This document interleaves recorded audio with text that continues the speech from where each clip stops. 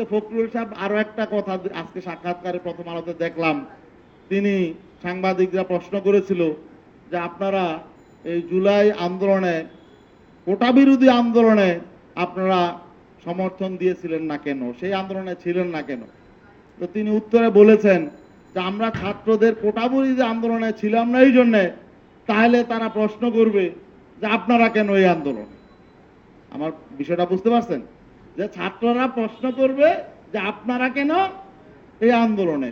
এটা হয়তো জুলাইয়ের 16 তারিখের আগে যদি ফখরুল সাহেব বলতো তাহলে ঠিক ছিল, কিন্তু জুলাই 16 তারিখে যখন আবু সাইদ গুলিবিদ্ধ হলো, 16, 17, 18 তারিখে যখন গণহত্যা শুরু হয়ে গেল, তখন ছাত্ররা যখন আহ্বান জানাইলো সকল রাজনৈতিক দলকে যে আপনারা আমাদের পাশে দাঁড়ান, তখন ফখরুল কি বলেছে? ফখরুল সাহেব 25শে জুলাই এই কথা বলেছে যে আমরা এই আন্দোলনের সঙ্গে নেই। যখন ছাত্ররা আহ্বান জানিয়েছে যে সকল রাজনৈতিক শক্তিকে, রাজনৈতিক দলকে যে আপনারা আমাদের পাশে এসে দাঁড়ান, আমাদেরকে তারা